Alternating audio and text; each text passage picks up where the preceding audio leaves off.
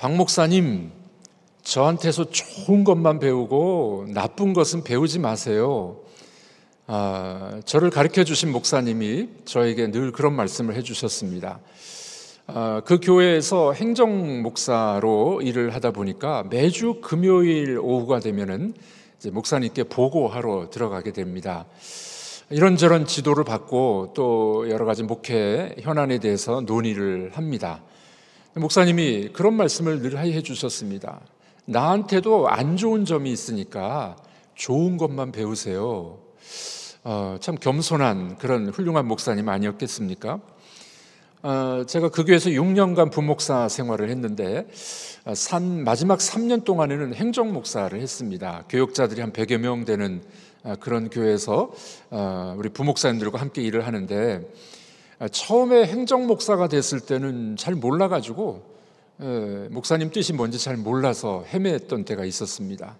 한 6개월 좀 지나니까 이제 목사님이 간을 다 보신 것 같아요. 저를 다 간을 보시고 한 6개월 지나니까 하시는 말씀이 박 목사님 원하는 대로 다 해보라고, 그 큰 교회를 원하는 대로 다 해보라고, 당신한테는 보고만 해라, 이렇게 말씀을 해 주셨습니다. 참 그렇게 권한을 위임하는 게 쉽지 않은 일이죠. 저는 정말 하고 싶은 거 다 해봤습니다. 양육과정도 만들고 선교도 하고 사랑방도 만들고 전도도 열심히 해보고 참 귀한 목사님께 좋은 것들을 많이 배웠습니다. 그런데 일하다 보면은 실수도 하지 않습니까? 한번 참 기억에 남는 큰 실수가 있었습니다. 부산에는 바다의 날이라는 이 기념일이 있더라고요. 물의 날, 바다의 날. 그 담당하는 어떤 기관의 목사님이 찾아왔어요. 담임 목사님실에 들어가서 이제 협의를 하고 나오셨더라고요. 그 저한테 하는 말이 담임 목사님께 허락을 받았으니까 뭐 5월 며칠 날 바다의 날 헌신 예배를 드려야 됩니다. 저는 고지고대로 믿었죠. 그리고 이제 광고를 하고 이제 하루 전날이었습니다. 담임 목사님 말씀이 아니야, 나 허락을 안 했어. 큰일 났습니다. 이거 어떻게 해야 될지. 담당 목사님에게 전화를 했더니 난리가 났습니다. 내일 주일 오후 예배 때 바다의 날 헌신 예배를 해야 되는데 안 된다니 무슨 말입니까? 그 목사님이 쫓아왔어요. 제가 있는 방에 와가지고 난리를 치는 겁니다. 큰일 났다고. 만약에 허락을 안 하면은 교회 종탑 꼭대기에 올라가지고 떨어져 죽는데, 아이고, 막 협박까지 하는 거예요. 중간에서 정말 죽을 뻔했습니다. 다행히 이 담임 목사님 사모님이 중간에서 중재를 담임 목사님을 설득해서 이제 헌신 예배를 드릴 수가 있었습니다. 그 목사님은 종탑 사건과 헌신 예배를 맞바꾸셨어요. 일하다 보면은 성공하는 것도 많지만 실패하거나 실수할 때도 있지 않습니까? 저는 한 3년간 교회 목회 행정을 하면서 참 많은 걸 배웠습니다. 저는 참 성격이 소심한 사람이었었어요. 말도 많지 않습니다. 전형적인 혈액형 A형의 사람입니다. 요즘에 젊은이들 MBTI 이야기하는데 I형입니다. 내성적인 사람이죠. 그런데 이 부목사로 훈련을 받으면서 또 좋은 목사님 밑에 지도를 받으면서 많이 변했어요. 요만큼 목회할 수 있을 정도로 좀 성장한 것 같습니다. 그 목사님이 이런 말씀도 해주셨습니다. 박 목사님, 목회하다가 힘든 일이 있으면은 내가 어떻게 했는지 한번 기억해 보세요. 참 힘이 됐습니다. 어려울 때마다 우리 목사님은 나를 가르쳐 주신 목사님 어떻게 하셨을까? 기억을 해봅니다. 그리고 또 실천을 해봅니다. 여러분들, 좋은 선생님, 좋은 모델은 우리에게 좋은 영향력을 미치게 되어 있습니다. 그분을 기억하는 것, 우리에게 큰 힘이 될 수가 있습니다. 여러분들 학교 다닐 때 어떤 과목을 좋아하셨나요? 내가 좋아하는 과목은 대체로 보면은 선생님이 좋아서 좋아하는 과목일 수가 있습니다. 그리고 또 어떤 경우에는 그 선생님이 가르쳤던 그 과목의 선생이 내가 돼요. 그분이 좋으면은 그렇게 될 수가 있지 않습니까? 여러분들에게는 좋은 부모님이 계십니까? 여러분들은 또 좋은 부모이십니까? 여러분, 우리 좋은 부모를 두신 분들은 아시죠? 남자일 경우에는 이 경우에 우리 아빠는 어떻게 하셨을까? 우리 아버지는 어떻게 하셨을까? 이 경우에 우리 어머니는 어떻게 하셨을까? 아버지, 어머니에 대한 좋은 기억을 되살려서 나도 그렇게 살아갈 수 있는 힘을 얻게 되는 것 아니겠습니까? 좋은 모델은 좋은 영향력을 미치게 되어 있습니다. 오늘 우리가 읽으신 말씀은 사도 바울이 예수님에 대한 기억, 예수님이 어떻게 이 땅에서 사셨고 어떻게 성만찬을 제정하셨는지 그 기억을 더듬는 말씀입니다. 우리 예수님에 대한 좋은 기억이 뭡니까? 우리 주님께서 오셔서 복음을 전하셨는데 그 복된 소식, 복음의 내용이 뭘까요? 그것은 십자가의 죽으심과 하나님이 그를 부활시키셔서 만유의 왕으로 모든 사람들을 뛰어난 이름을 주심, 예수 그리스도의 죽으심과 부활, 이것이 가장 귀한 이 기억, 예수님의 행적이 아니겠습니까? 이걸 한마디로 뭐라고 이야기합니까? 복음. 복음이 뭐예요? 복음은 예수님이 십자가에 죽으시고 3일 만에 부활하셨습니다. 그 주님이 다시 재림하실 것을 내가 믿습니다. 이 복음을 믿는 것이 우리 신앙의 가장 핵심이 아니겠습니까? 그래서 우리의 이 좋은 기억은 이 예수에 대한 기억이에요. 예수님이 무슨 일을 하셨는지, 우리에게 어떤 영향력을 주셨는지. 여러분들, 오늘 이 본문의 말씀의 핵심은 무엇입니까? 성만찬을 행할 때마다 우리가 기억해야 될 게 있다는 겁니다. 그것은 주님의 죽으심과 부활, 그리고 그 주님을 우리가 전파해야 됨을 알려주고 있습니다. 오늘 말씀에서 우리에게 주시는 중요한 원리를 몇 가지 찾아보고자 합니다. 첫 번째, 기억하라. 우리 한번 따라해 보겠습니다. 기억하겠습니다. 뭘 기억할까요? 주님의 죽으심과 부활을 기억하라고 이야기합니다. 오늘 본문 24절, 25절 우리 같이 읽어보도록 하겠습니다. 축사하시고 떼어 이르시되 이것은 너희를 위하는 내 몸이니 이것을 행하여 나를 기념하라 하시고, 식후에 또한 그와 같이 잔을 가지시고 이르시되 이 잔은 내 피로 세운 새 언약이니 이것을 행하여 마실 때마다 나를 기념하라 하셨으니. 기념하라, 기념하라 두 번 말씀하십니다. 떡을 떼면서도 기념하라, 잔을 나누면서도 기념하라. 이 성만찬을 행하는 것은 예수님의 죽으심과 부활을 기억하는 거예요. 여러분들, 제가 지금 설교를 하는데 이 설교는 예수의 죽음과 부활과 그분의 재림, 복음에 대한 내용을 말로 설명하는 게 설교입니다. 성찬은 뭐냐? 예수의 죽으심과 부활과 그분의 재림, 그분의 이 하나님 되심을 어떻게 해요? 드라마틱하게 보여주는 거예요. 행동을 통해 보여주는 거예요. 우리가 말은 자꾸 잊어버리니까 성찬식을 통해서 기념하라, 기억하라. 성찬식을 행할 때마다 예수님이 죽으셨군요, 예수님이 부활하셨군요, 이 예수님 우리의 구세주가 되십니다. 이걸 기억하라는 겁니다.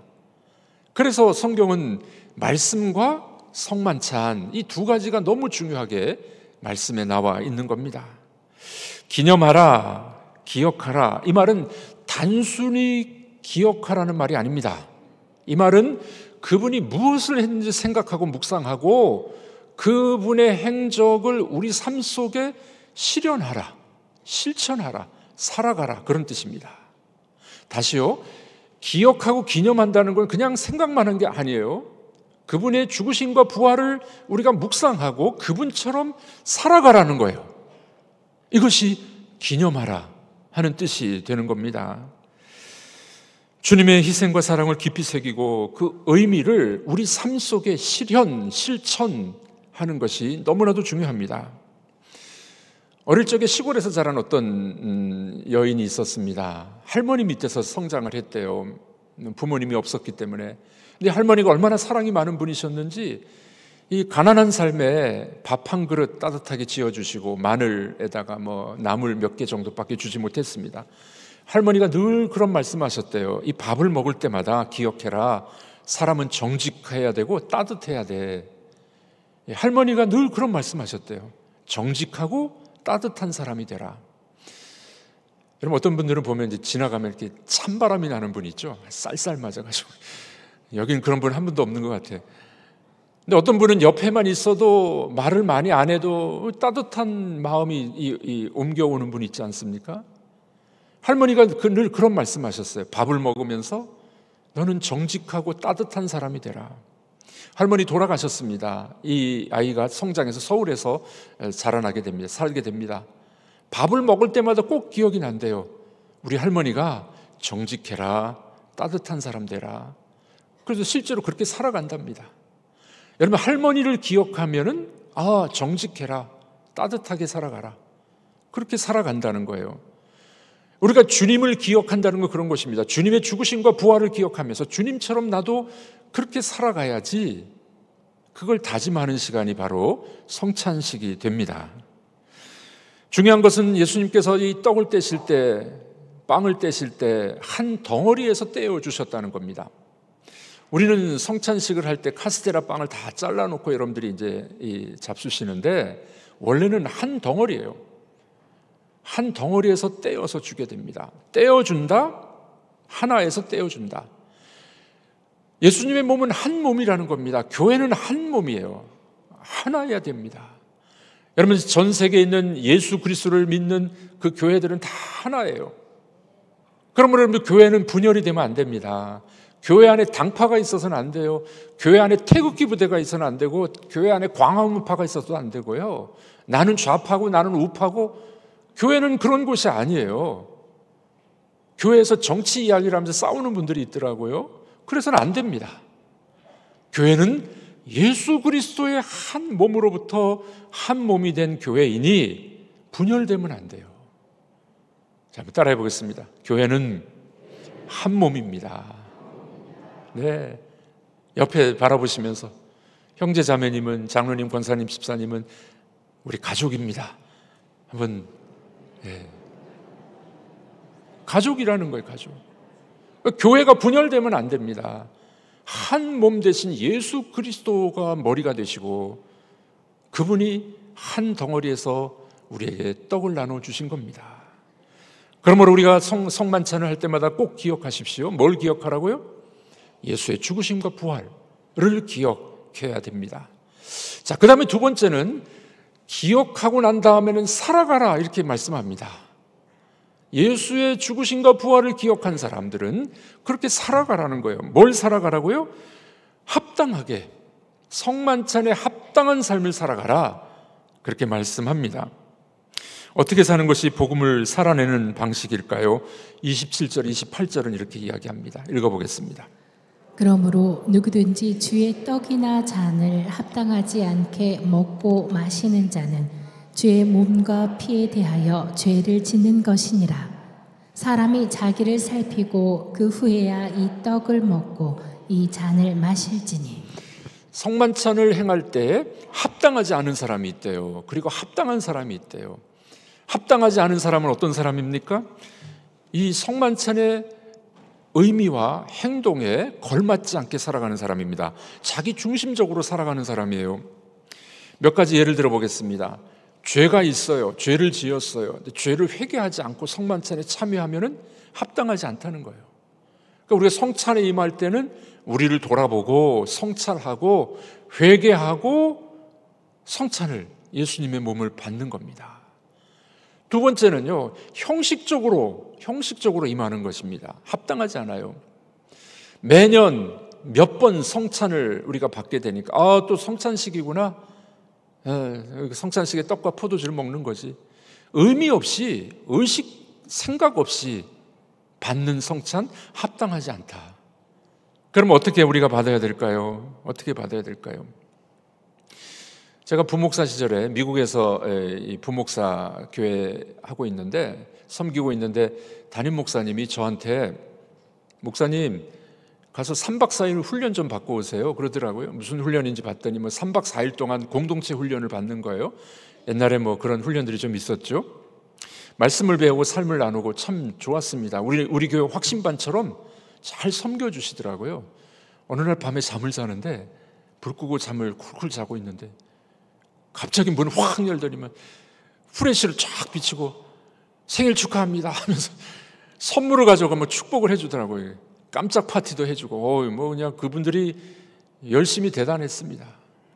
마지막 집회 마지막 날 성찬식을 거행하게 됐습니다.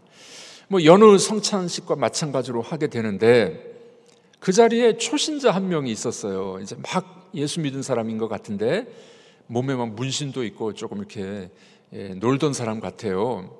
근데 성찬을 받으면서 포도주를 주니까 이 사람이 얼마나 좋아하는지 포도주를 먹는데 몇 잔을 먹는 거예요. 몇 잔을. 이분은 아직 성찬을 받을 만한 자격이 안 되는 분인데 그냥 그렇게 하더라고요. 성찬의 의미도 모르고 그냥 뭐 술 먹듯이 그런 사람도 본 적이 있었습니다. 어떤 분은 교회 오래 출석하면서 성찬에 참여합니다. 그런데 전혀 삶의 변화가 없이 성찬에 참여하는 경우도 있습니다. 회개하지도 않습니다. 교회 돈을 그냥 물 쓰듯이 하는 거예요. 제가 늘 그런 말을 하죠. 교회에서 장로님, 집사님, 부장님들은 참 충성스러운 분들인데 교회 돈 가지고 회식하지 마십시오. 교회 돈 가지고 경조비 내지 마십시오.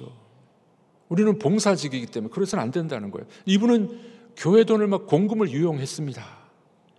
가정에서는 아내를 무시했어요. 때리기도 했습니다. 성도 간에 다툼도 있었는데 용서도 안 해요. 그러면서 성찬을 받아. 이건 합당하지 않은 방법 아니겠습니까? 예수님의 몸과 피를 그 귀한 성찬을 대하는 태도, 그건 올바른 태도가 아니라는 겁니다. 자, 그러면 어떻게 사는 것이 올바른 태도일까요? 성찬은 주님과 같이 주님의 모습으로 살아갈 것을 다짐하면서 받는 것입니다. 주님의 죽으심과 희생과 같이 나도 희생하고 나도 섬기겠다라는 마음으로 성찬을 받는 거예요. 헨리 나우엔이라는 아주 유명한 분이 있죠. 이분이 유대인 친구에게 쓴 편지가 나의 사랑하는 자요라는 책에 나오게 됩니다. 이 우정의 편지를 쓰면서 헨리 나우엔은 친구에게 이런 이야기합니다. 이 개신교에서 성찬식이야말로 그리스도인이 무엇인지를 잘 보여주는 상징이다. 그리스도인이 무엇인지를 보여주는 아주 대표적인 이 상징이 성찬식이라고 이야기합니다. 그런데 헨리 나우엔은 이런 이야기합니다. 사복음서에 보면 예수님의 성찬에는 4가지 동사가 나온대요. 4가지 동사. 첫 번째는 가지사, 떡을 가지사, take, 축복하시고, blessed. 3번, 떼어주시고, break. 4번, 주셨다, give, gave. 이 4가지 동사가 그리스도의 삶과 그리스도인의 삶을 대변해주고 있다는 겁니다. 보십시오. 첫 번째, 취하시고, take. 하나님은 우리를 선택하신 줄로 믿습니다. 그 다음에 두 번째, 축복하사, 축사하시고 하나님이 여러분들을 축복해 주신 줄로 믿습니다. 세 번째, 떼어서, break. 떡을 떼었잖아요. 잘라야 돼요. 나눠야 돼요. 예수 그리스도께서 당신의 몸을 찢으셔서 우리에게 생명을 주신 것처럼 우리들도 나누는 삶이 필요하다는 거예요. 깨트림, 깨어짐이 필요하다는 겁니다. 네 번째, 주셨다, give, gave. 우리도 우리의 삶을 주는 삶이 되어야 된다 하는 겁니다. 정말 정확한 표현 아니겠습니까? 우리가 성찬을 참여하면서 이 의식이 있었으면 참 좋겠습니다. 이렇게 살아갔으면 좋겠습니다. 예수님처럼 어떻게 해요? 선택받은 우리들이, 축복받은 우리들이 우리가 다른 사람을 위해서 섬겨주고 나눠주고 베푸는 정신, 그렇게 살아가라는 거예요. 마치 마리아가 예수님의 발 앞에 와서 옥합을 깨트렸습니다. 옥합을 깨트렸을 때 어떻게 됩니까? 향유가 가득한 집이 되어버렸어요. 오고 오는 세대에 마리아의 이름이 유명하게 됐습니다. 우리들도 예수님과 같이 우리를 깨트리고 우리를 나눠주고 섬기게 되면 아름다운 향기가 나타나게 될 줄로 믿습니다. 예수님이 떡을 떼어주신 것 같이 우리 예수님은 상처받은 분이십니다. 십자가가 그것 아니겠습니까? 깨트림은 아픔이요 상처요, 나눔은 슬픔입니다. 그러나 깨트려져야 될 때 빛이 발하게 되고 깨트려질 때 옥합의 향기가 나게 되는 줄로 믿습니다. 오늘 우리가 외우신 말씀 요한복음 12장 24절 말씀 우리 다시 한번 읽어보도록 하겠습니다. 내가 진실로 진실로 너희에게 이르노니 한 알의 밀이 땅에 떨어져 죽지 아니하면 한 알 그대로 있거니와 죽으면 많은 열매를 맺느니라. 한 알의 밀알이 땅에 떨어져 썩어 죽어야 됩니다. 이 한 알의 밀알은 예수님을 말하는 거예요. 그분이 죽으심으로 우리 많은 사람들이 열매를 맺고 구원을 받은 줄로 믿습니다. 그러므로 우리들도 그 십자가의 정신, 한 알의 밀알과 같은 정신이 필요합니다. 우리에게도 십자가가 필요한 거예요. 그래서 주님은 너의 십자가를 지고 나를 쫓으라 이렇게 말씀하지 않았습니까? 십자가는 죽음입니다. 피를 흘리는 겁니다. 찢겨지는 겁니다. 깨어지는 겁니다. 제가 목회를 하면서 저도 참 어려운 것 중에 하나고요. 우리 성도님들의 가장 어려운 것 중에 하나가 뭔가 봤더니 자존심이에요. 자존심. 이 자존심을 건들면은요, 이거 좀 너무 억울해. 이거를 성경은 옛자라고 이야기합니다. 옛사람이라고 이야기해요. 이 자존심이 깨어져야 돼요. 깨트려져야 됩니다. 우리가 우리 자아를 죽이고 내 자존심을 죽이고 내 억울함을 죽이고 그때 하늘의 밀알과 같이 돼서 많은 열매가 맺히게 됩니다. 이것을 복음에 합당한 삶, 복음에 합당한 삶 그렇게 이야기를 합니다. 요즘 젊은 엄마들 이야기를 들어보니까요, 선생님들이 되게 어렵대요. 학교 선생님들이 자기 아이가 안 좋은 소리 듣거나 자기 아이에게 조금 손해가 있으면은요, 막 그냥 민원을 넣고 찾아와서 따지고 못 참는데요, 못 참는데. 교사들이 그냥 다 사표 내고 싶대요. 여러분들, 내 아이 안 중요한 사람 어디 있겠습니까? 그러나 참을 줄 알아야 돼요. 참아주고 기다려주고, 얘야 기다리고 네가 참을 줄 알아야 돼. 이런 걸 가르쳐야 되는데 예수 믿는 사람들도 똑같더라고요. 보니까 막 학교 찾아가고 막 민원 넣고 막 억울하다 그러고 힘들어 죽겠다 그러고. 자아가 죽지 않으면, 옛사람이 죽지 않으면 똑같아요. 예수님 뭐라고 말씀하십니까? 깨트려라. 예수님의 몸을 깨트려서 우리에게 생명을 주신 것처럼 우리에게 깨어지기를 원하시는 줄로 믿습니다. 자, 그런 삶을 살면 어떻게 될까요? 예수님의 죽으심과 부활을 기억해요. 그래서 주님처럼 그렇게 살아갑니다. 그러면 세 번째로 뭐가 될까요? 복음이 전파되게 됩니다. 놀라운 원리예요. 예수님을 기억하고 그분처럼 살아가면은 향기가 나타나서 향기가 바래져서 복음이 전파되게 되는 겁니다. 오늘 본문 26절이죠. 우리 26절 읽어보겠습니다. 너희가 이 떡을 먹으며 이 잔을 마실 때마다 주의 죽으심을 그가 오실 때까지 전하는 것이니라. 네, 이 떡을 먹고 이 잔을 마실 때마다 주님을 기억하고 주님처럼 살아가면 깨어지는 삶, 나눔의 삶이 되면 어떻게 된다고요? 주님이 전파되는 거예요. 여러분, 전도의 방법은 여러 가지가 있습니다. 아까 광고에 보셨죠? 커피 전도, 우리 브런치 카페 전도, 노방 전도, 신문 전도 많이 하는데, 그것도 필요한데 더 좋은 전도가 뭘까요? 여러분들, 우리가 삶으로 보여주는 전도입니다. 감동을 먹게 해야 돼요. 예수님처럼 우리가 그렇게 섬기고 사랑하면은 우리를 통해서 어떻게 해요? 안 믿는 사람들이, 안 믿는 가족이 감동을 먹게 되어 있습니다. 그래서 복음이 전파되는 거죠. 지난주에 제가 수서역에 갔다가 총회회관에 일이 있어서 택시를 탔습니다. 어디 가십니까? 네, 대치동에 있는 대한예수교 장로회 총회회관을 갑니다. 이렇게 찍더니만 운전기사가 깜짝 놀라면서 목사님이시군요. 자기가 예수 믿는데요. 젊은 사람이었는데 자기 간증을 막 이야기하는 거예요. 자기가 원래 노숙자였대요. 노숙자. 그런데 이천에 있는 모 교회를 갔는데 너무 배가 고파서 갔대요. 먹을 게 없는가 싶어서 그 교회를 갔더니 목사님이 환영을 해주고 배불리 먹으라고. 노숙자니까 배고플 때마다 와서 먹으라 그랬대요. 이분은 믿음이 없어요. 별로. 예수님도 잘 몰라. 근데 교회에서 사랑해주고 먹을 걸 주고 환영해주니까 거기에 감동을 받아가지고 예수를 믿기 시작했대요. 노숙자 생활을 청산하고 택시를 운전하고 있었습니다. 아직도 빚을 갚아가고 있대요. 그런데 서울에 살고 있으면서도 이천까지 교회를 간답니다. 감동을 받았으니까. 그 사랑과 섬김에 감동을 받으면 복음이 전파되는 겁니다. 여러분들 얼마나 중요한 이야기입니까? 우리가 성찬을 행할 때마다 늘 기억해야 됩니다. 예수의 죽음과 부활을 기억하십시오. 그리고 예수님처럼 복음으로 살아가십시오. 희생하고 섬기고 용서하십시오. 그렇게 살아가면 사람들이 감동을 받아서 우리가 열심히 노방전도 안 해도 감동받아서 주께로 돌아오는 역사가 일어나게 될 줄로 믿습니다.